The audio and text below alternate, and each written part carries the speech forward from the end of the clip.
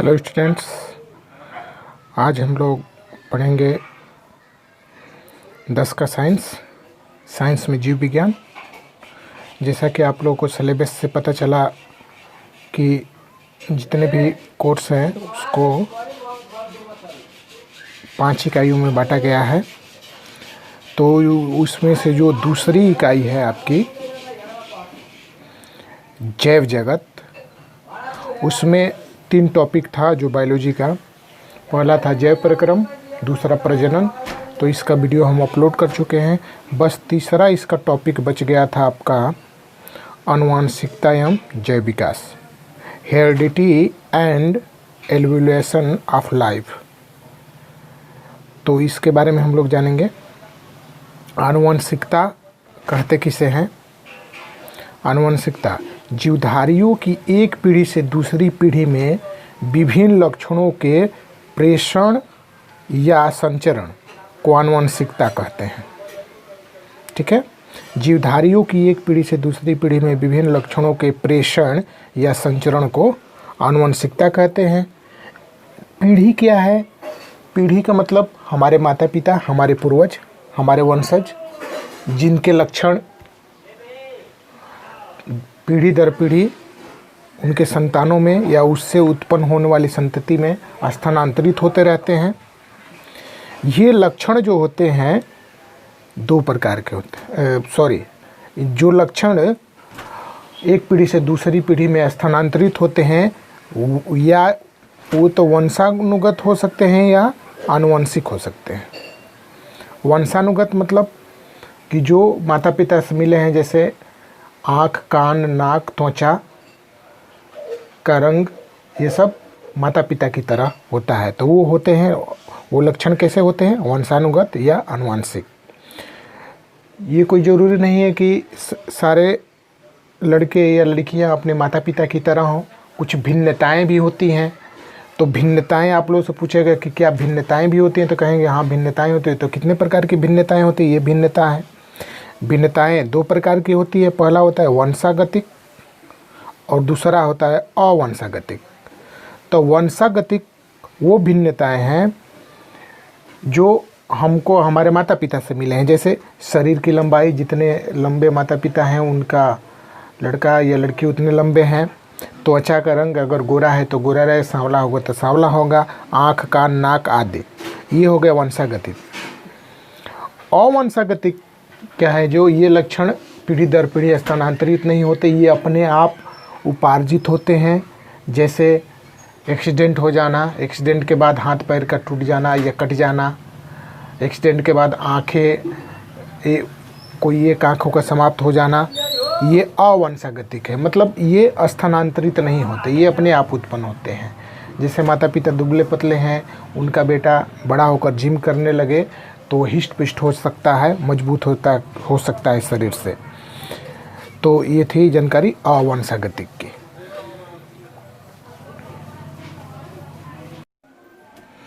अब जान लेते हैं कि आनुवंशिकता के इन लक्षणों के बारे में बताया किसने, कि ये जो लक्षण है माता पिता के, उसके होने वाले संतति में स्थानांतरित होते हैं। तो इसके बारे में बताया किसने? आनुवंशिकता की खोज किसने की? तो इसकी खोज की सर ग्रेगर जॉन मेंडल ने।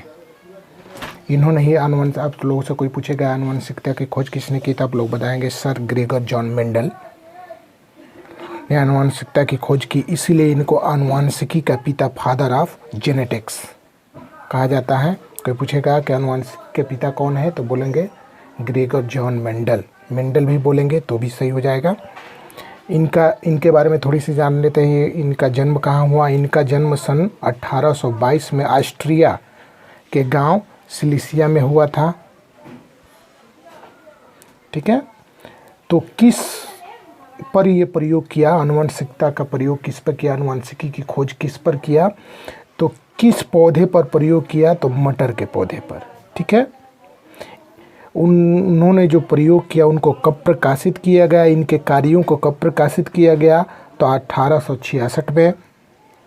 ठीक है, उसके बाद इनकी खोज की पुष्टि किसने की? जैसे इन्होंने खोज करके लाइब्रेरी में उस बुक को रख दिया था, उसके बारे में कोई नहीं जानता था। उस लाइब्रेरी में 3 वैज्ञानिक, मतलब ये खोज किए 1800 सन 1800 में, लेकिन उनके बारे में किसी को पता उतना नहीं था। लेकिन सन 1900 में जब 3 वैज्ञानिक, वो 3 वैज्ञानिक कौन है, मतलब खोज उनकी ऐसा आएगा कि उनकी खोज की पुष्टि किसने की, किन वैज्ञानिकों ने, तो उन वैज्ञानिकों का नाम आपको पता होना चाहिए। पहला है हॉलैंड के ह्यूगो डे व्रिज, जर्मनी के कार्ल कारेंस और उन्हीं के देश के ऑस्ट्रिया के ही एरिक सेरमैक। इन्होंने उसका अध्ययन किया। अध्ययन करने के बाद फिर से प्रयोग किया। प्रयोग करने के बाद जब देखा कि ये जो बातें इसमें लिखी हुई है प्रयोग में एकदम 100% सत्य है, तब उनका श्रेय उन्होंने मेंडल को दिया और मरने के बाद उनको नोबेल पुरस्कार मिला इस खोज के लिए।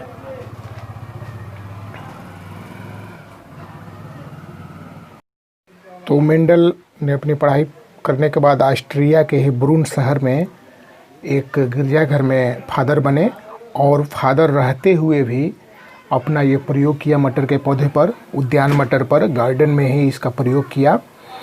तो वो प्रयोग 100% सत्य था, सत्य हुआ, सफल हुआ। तो इसके पीछे क्या कारण थे? ये प्रयोग किया, कोई बहुत से प्रयोग किए वैज्ञानिकों ने, लेकिन सबका परिणाम 100% नहीं रहा। लेकिन मेंडल ने प्रयोग जो किया वो 100% रहा। तो इसका क्या कारण था, तो इसके बारे में जान लेते हैं।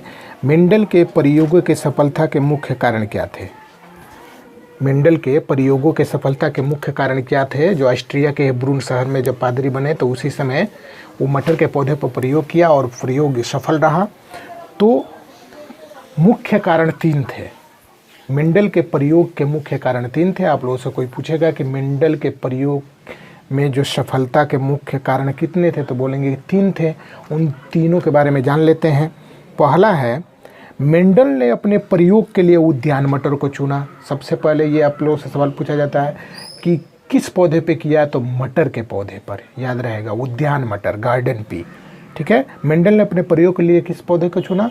उद्यान मटर के पौधे को चुना। ठीक है, उसके फूलों की रचना इस प्रकार की कि प्राकृतिक से इसमें केवल स्वपरागण हो सके, परपरागण की कोई संभावना ना हो। इस प्रकार उसके फूलों की रचना की मेंडल ने कि वो केवल स्वपरागित हो सकते थे, परपरागित नहीं हो सके। ये पहला है कारण। दूसरा है, मेंडल ने जिन लक्षणों को अध्ययन के लिए चुना वे अत्यंत स्पष्ट दिखाई देते थे। दूसरा मुख्य कारण है कि मेंडल ने जिन लक्षणों को अध्ययन के लिए चुना वे अत्यंत स्पष्ट दिखाई देते थे, जैसे पौधे की लंबाई और फूल का रंग। पौधा बौना है कि लंबा है, पुष्प कैसा है, गुलाबी है कि सफ़ेद है, ये स्पष्ट दिखाई देता है। मटर का पौधा आप लोग देखे ही होंगे।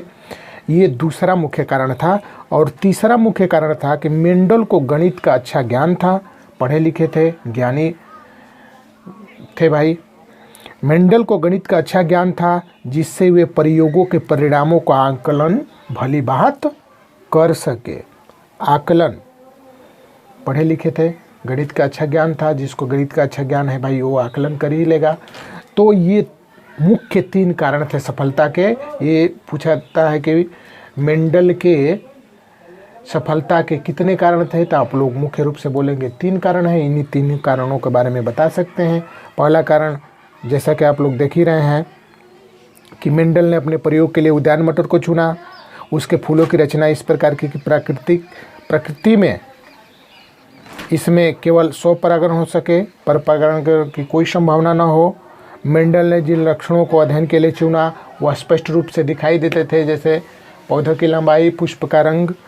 और मेंडल को गणित का अच्छा ज्ञान था, इसलिए वो परिणामों का आकलन भली भांति कर सके। तो ये थी जानकारी मेंडल के बारे में और उनके सफलता के मुख्य 3 कारण के बारे में। आज के लिए इतना ही, आगे अगले टॉपिक में पढ़ेंगे। तब तक के लिए धन्यवाद।